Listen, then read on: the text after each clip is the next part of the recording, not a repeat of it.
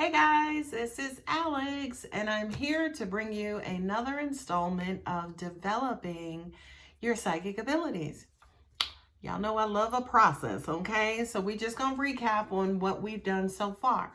First, we talked about subconscious and conscious mind and being able to differentiate the two. Your conscious is your physical self, your mind, all of your conditioning, everything you've learned, however you interact with the outside physical world. Your subconscious, however, is that chick or that person or that energy that's sitting in the background, right? That is a representative of the universe. And forget this little puny life that you're living right now. But the subconscious has probably been around. The spirit, the higher self, has probably been around since the known universe has been around, okay? Or at least matter has been around, okay? So now that we talk about those two, we went into meditation. Meditation is how to suppress, move to the side, or quiet down the conscious mind so we can now hear more subconscious, etheric, light beings, energetic messages, okay? And after we learned, say for instance, with meditation, and you guys should probably be working on meditation for a long time, okay? Because as I've always say to everybody, you didn't get here in 24 hours, 2 minutes, 2 days. It takes 10 months for a whole human to be created. So you're not going to pick up meditation like that, okay? So you're going to take time and spend time in meditation and learning to quiet the conscious mind.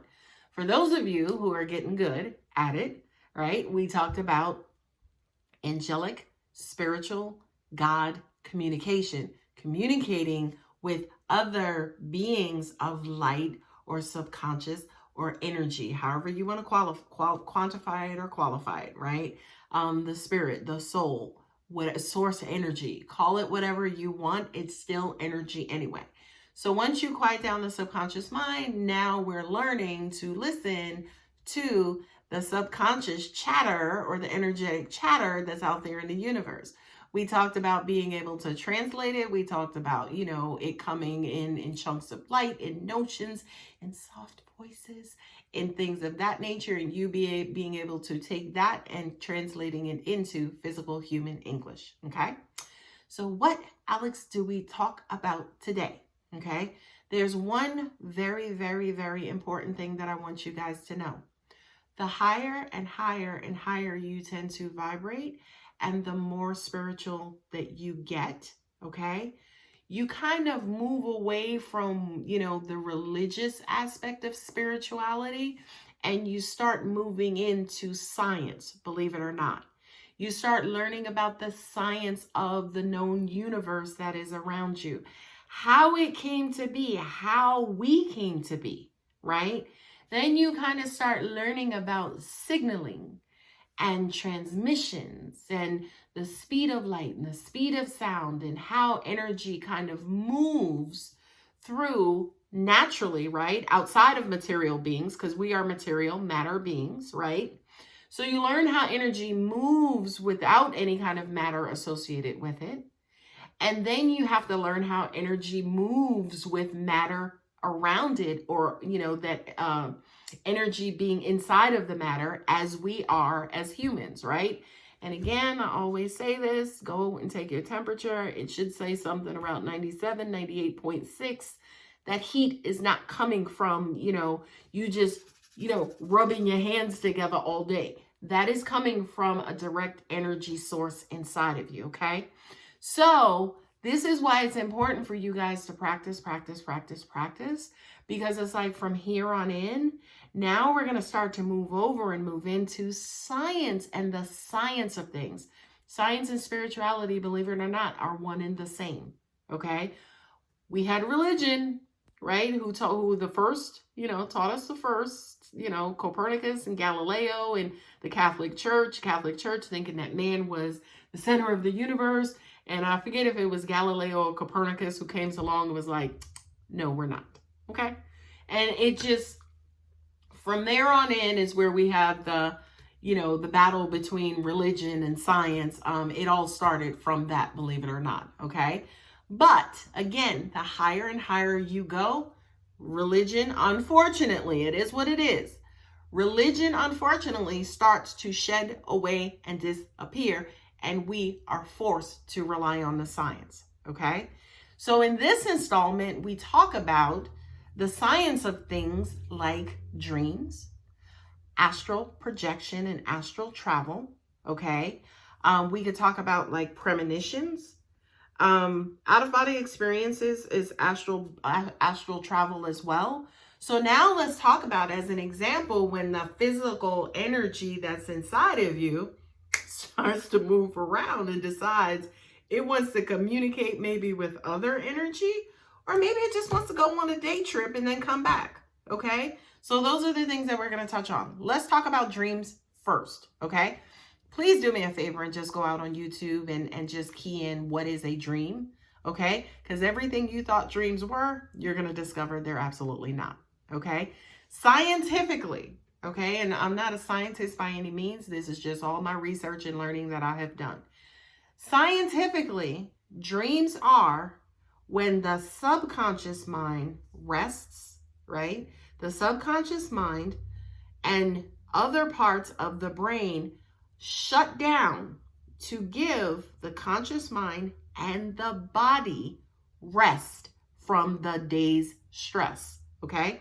Let's go back a couple of hundreds of thousands of years, right?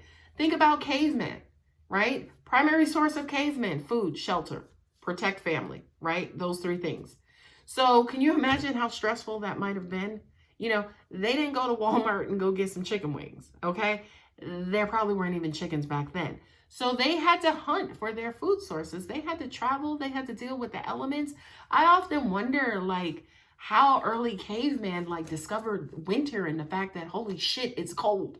We need to like, you know, suit up and shelter in place, right? So them kind of going out and having to fend for themselves was really stressful. Not only that, but, you know, were they the main predator or did something else prey on them, right? So there was a certain level of danger in that, right? So fast forward to today, you know, you go to work and your boss is a dick and they stress you out and then you got to get your ass in traffic and come home. By the time you get home, you're spent, okay? So a nice, good sleep helps with that. I always say to people, if you ever want to escape the world, just go to sleep, right? Because when you go to sleep, your conscious mind shuts down, okay? And your brain shuts down your physical body for the most part. Some people, they toss and turn in their sleep. They act out their dreams. That's because the mind has not put the body in a state of paralysis, right? When I was growing up, they called it the hag. Oh, the hag is riding you. You were, it felt like you were awake, but you couldn't move your body. That just meant that your physical body, the paralysis set in before your conscious mind actually shut down. It wasn't a demon. It's not demons. It's not energy or anybody else doing anything to you. It just means, again, scientifically, the brain has shut the body down first and the mind went second. Normally, the mind should go first and then the body. But, you know, we're like the greatest computers, so we don't always work as we should sometimes, right? Okay, so now we talked about dreams. Conscious mind shuts down, body shuts down. The subconscious, by the way, stays awake, okay? The subconscious mind, you actually think more in your dreams than you do when you're awake, okay? So conscious mind is shut down. The subconscious mind, because remember, the subconscious mind lives amongst us too, okay? So the subconscious mind now decides it either wants to regurgitate and just replay everything that it has been thinking about. It's like, okay, now it's my turn. So girl, let's talk about this. Let's talk about that. Let's talk about, those are your dreams, okay? But what's also important to mention as well, right, is the subconscious mind is active and it's alive, but it is also transmitting back to the conscious mind while the conscious mind goes to sleep. I believe that's where you have lucid dreaming, then you have REM dreaming. Lucid dreaming, believe it or not, is the state in which you can actually astral travel. You can leave your physical body consciously with the conscious mind still being active, and you can travel all around wherever your spirit can physically go without disconnecting from your body completely. Look at it like a cell phone signal. After a while, you're just going to drop that call, right? But from an astral projection standpoint, you can go wherever and transmit back to the conscious mind, okay? Now, conscious mind in a lucid state, you can transmit back to the conscious mind, okay? The subconscious can travel, but then your conscious mind can say, hey, we're in Cleveland, right? Now, that's lucid dreaming with the conscious mind, okay? Then I believe you go into REM, which is now, we've taken the way the conscious mind is now, again, quiet, okay? So now we're physically dreaming, okay? And that's when, again, the subconscious is transmitting signals and information all back to the conscious mind. Conscious mind is still kind of, quote unquote, softly aware, right? But it is in a, more dreamlike state versus lucid dreaming, which is almost actually feels real. Okay. So now you're in a dreamlike state and the subconscious mind is transmitting. Okay. And now you're dreaming. Okay. And then you have, I believe it's called, I forget the state of sleep that it's called, but it's after REM where you're no longer dreaming, but you're asleep. And the conscious mind is out there. Now, this is a part, say, for instance, where science falls short, okay? For myself, personally, this is just me. This is my experiences. I'm not an expert, okay? But I have experienced the transition out of the dream state into actual projection where your spirit leaves your body. Now, because the conscious mind is asleep, it's done. It's not transmitting any more signals from the subconscious. Your subconscious just goes out there and does everything that it's supposed to or wants to do. Okay? And you are none the wiser. You sleep, you probably only dream for 3 to 5 minutes. Some of your dreams, you kind of seem like, like you felt like you were dreaming for an hour or two. I think the average dream is only somewhere around five minutes or so. So when you think about, okay, but I got like 5 hours of sleep. If I only dreamt for 5 minutes, what was I doing all that other time? My experiences have shown me, right, that the physical spirit that sits inside of you leaves, it travels, it goes wherever the fuck it wants to go, wherever it is called upon. That's why some people, by the way, die in their sleep, because the spirit ejects. I've had experiences where an angel or somebody will come in to continue to work the human body. I can physically feel them coming in. It's like, guys, she's about to eject. Bring in the the orderlies or whomever to keep her heart beating, to keep her brain and her blood flowing and doing all of that stuff. And a chick was gone. Okay. Again, I know a lot of this is going to sound crazy, but these are my physical experiences. Okay. I have been to the moon. I have seen Mother Mary. I have seen God, angels, there was one night, it was so funny. I was in a astral lucid state and I asked Archangel Michael to show himself to me and he did. And it was the most beautiful thing, by the way. And the reason why I knew it was him, because when I saw him, I didn't get afraid and he just showed up like, hey, and I'm like, oh my God, oh, how cool, right? Like I knew it was him. I knew it was light energy. So I didn't, I wasn't afraid. Right? So that was like an lucid state. But in that subconscious state where, again, it's not transmitting back to the mind, I have learned to ask my guides and angels, okay, guys, wherever it is that I go, can you show me certain things? Certain things they won't show me because I'm a scaredy cat to an extent, okay? But certain things they won't show me, but certain things, like I mentioned, going to the moon, seeing Mother Mary, remember how they say, oh, there's a tunnel. Like when you die, there's this tunnel and you see this light. I've experienced that as a human. I've died probably about 4 or 5, too many times to count, as a human.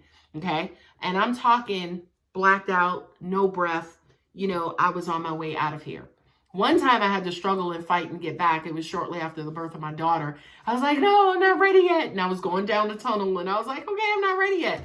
But over the years, angels have taught me that tunneling is almost like your spirit kind of ejecting and coming out of your body. And the way in which, again, that my experiences have shown me is that your physical spiritual self is attached to your stem cell in your brain. That is where the physical heated light connects to. That is the command center, right? Of your, between your physical body and your brain.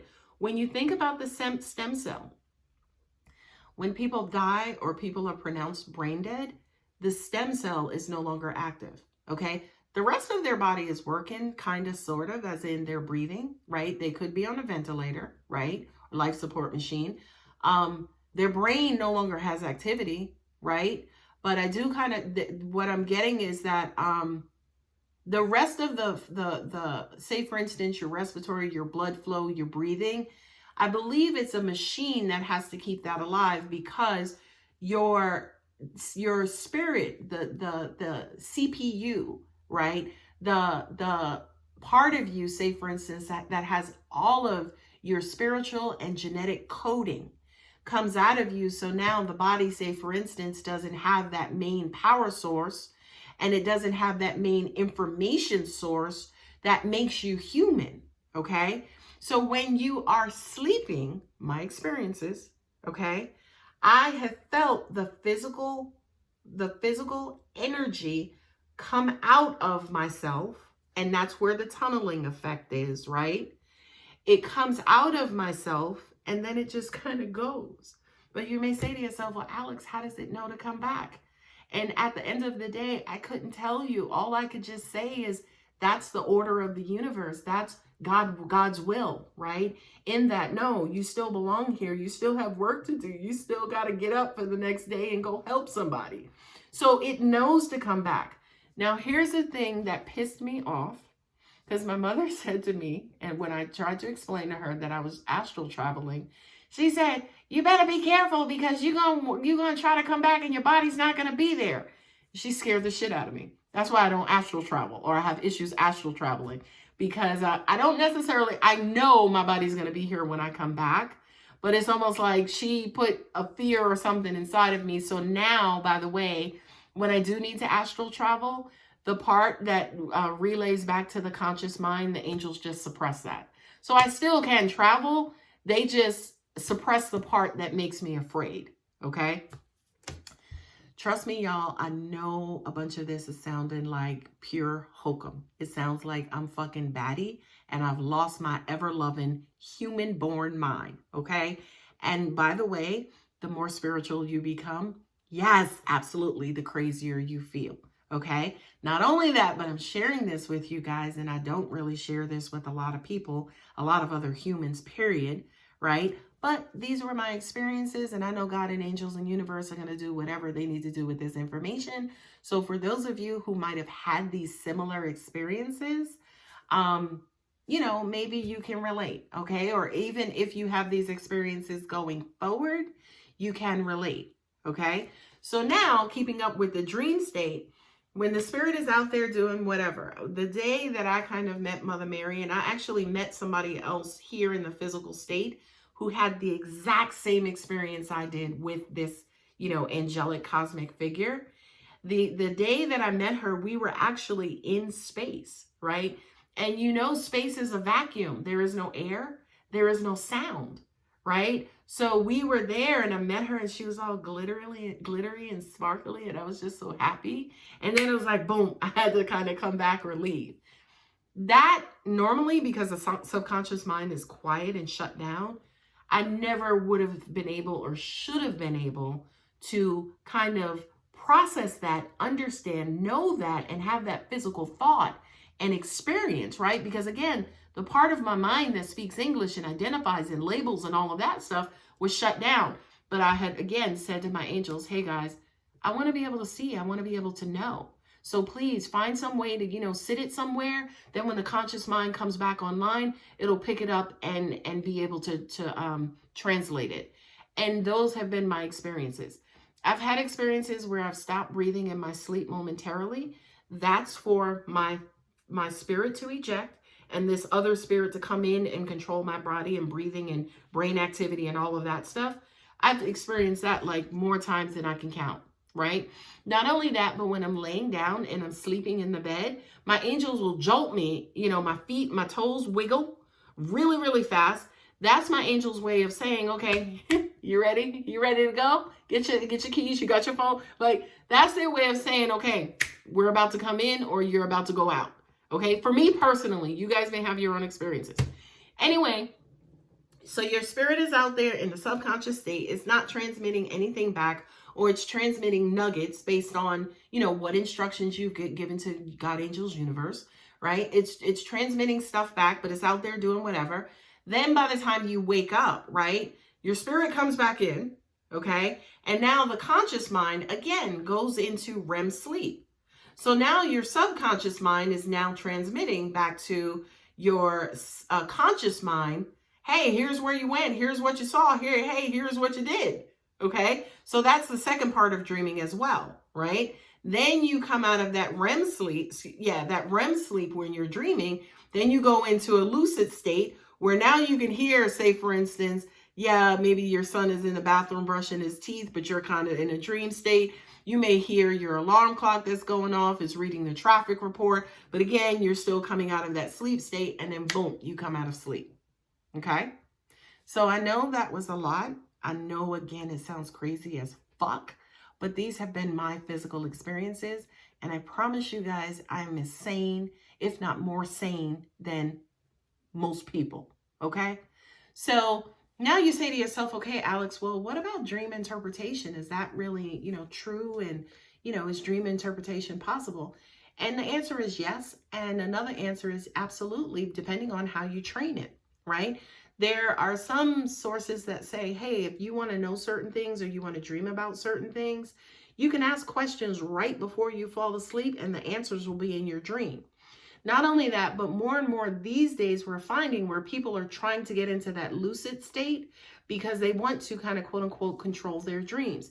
It's not really controlling dreams, it's just controlling your consciousness, which is perfectly fine, right? But now when you dream about certain things, it's one or two things. Because I don't know if you guys realize that you dream when you're falling to sleep and you dream when you're coming out of REM, third party sleep. I forget what it's called, forgive me. But when you come out of that deep sleep, you also dream coming out of that too. So when you dream, you have to remember, was it when I was going in or was it when I was coming out? 9 times out of 10, you're going to remember or dream or pay attention to what was coming out. Okay. Now, what is that? Right? Again, it's the subconscious mind now chitter-chattering to the conscious mind because you're coming out of it. Right? So yes, by the way, some of it are premonitions. Some of it, a lot of my dreams have transpired and come true, and, sometimes verbatim. Dreams sometimes happen in the reverse. So you may dream that you went to see your mom, you went to see your cousin, then you went to work. Well, in real life, you'll go to work first, you'll see your cousin, and then you go see your mom. So yeah, sometimes dreams are in opposites. Sometimes you'll dream that somebody dies and it means somebody's pregnant. The fish dream, I don't know, that must be a fucking universal dream for pregnancy, because I believe all cultures recognize that the fish dream has to do with pregnancy. So yeah, people dream about stuff like that. People dream. I know one significant dream, especially, is when people pass on and pass away. They will use your dreams to come back, because you got to remember the subconscious mind is the same as the spiritual person, the person's spirit who has just passed on.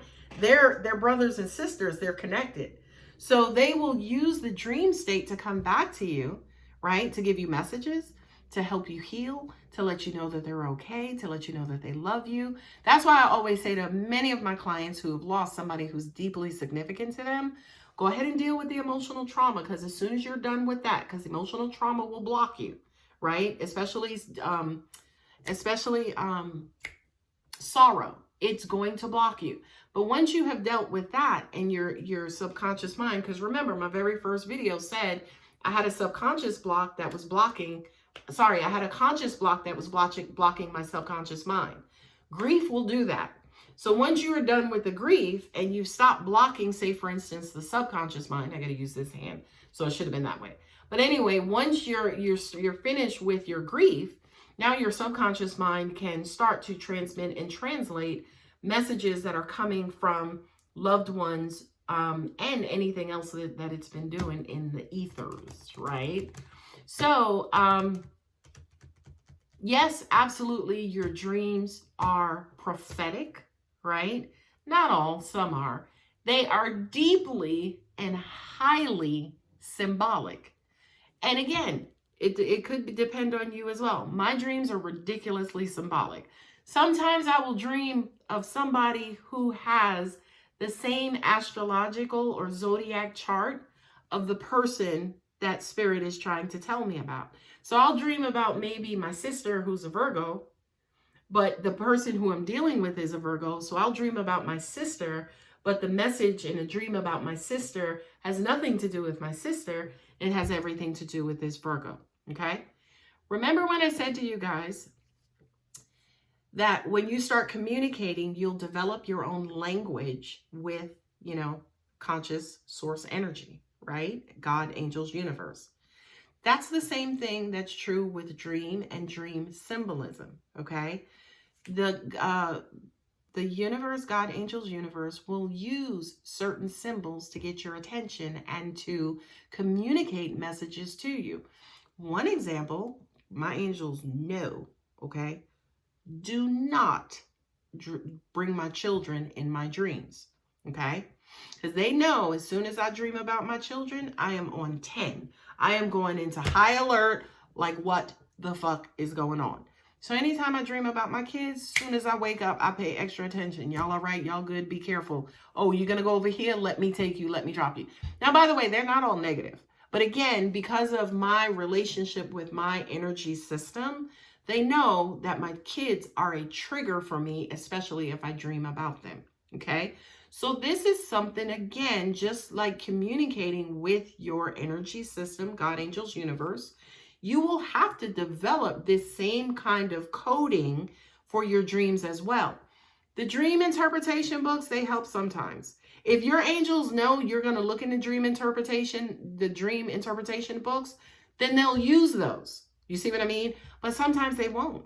If you're somebody who loves animals, by the way, you're an extreme dog lover, right? I know I am. But if you're an extreme dog lover, they may show you dreams of dogs or whatever, right? Because they're trying to regulate and help your energy, right? Because they know, as an example, maybe you've been sad lately, or you're contemplating suicide, or you're missing a dog that has passed on.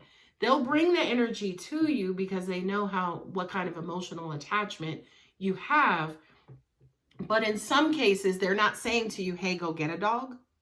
They're not saying, hey, you're going to see a dog. Hey, this person you're dealing with is a dog.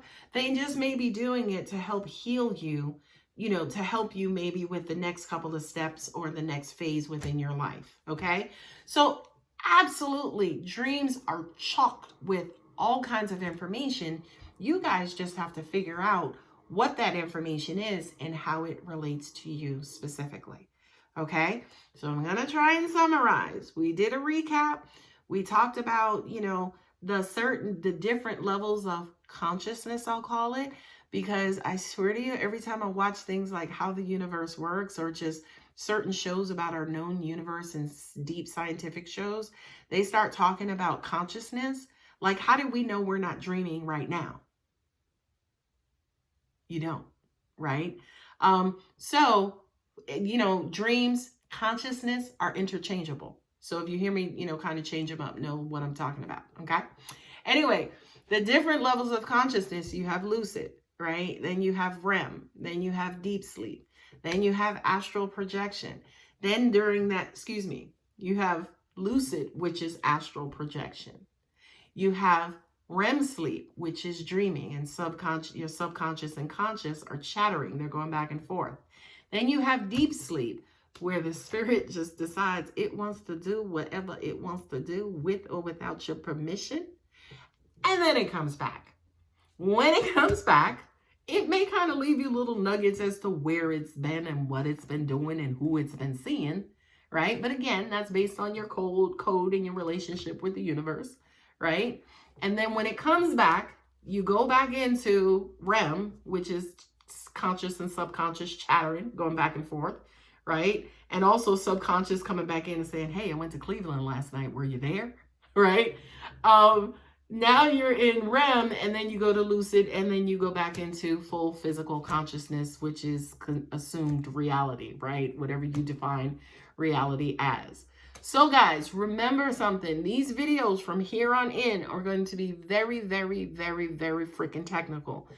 Technically, you should be spending more time in meditation and communication than anything else. The things that I am referring to in this particular video are for higher, higher, higher vibrating people, okay? There is a case, again, as I mentioned, I tend to vibrate very high. It gets to the point now when I'm praying and I'm in meditation with God, I get so happy and I get excited and I'm like, all right, God, I know I got to dumb myself down because I know, I'm getting too high, right? These videos from here on in are going to start getting technical. I probably won't even make any more unless you guys suggest some. So as far as like, say, for instance, the plight and learning and the educational part, I think I'm going to wrap it up here, right? Future videos, if I do decide to make any future videos, will have to do with the conscious mind or astral travel or chakras and picking up people's energies and auras and things like that. Okay. Versus the more technical, the plight and the flight of the spirit, how, certain angels and entities are able to physically incarnate in me, which is basically sit inside of me, how some of them physically interact with me. Right. I think, if you guys want, we could deal with that on a one-on-one basis. Versus me kind of getting in front of this camera and making myself look like a damn fool. But again, I know my God, angels, and universe, and I don't give a shit what people think.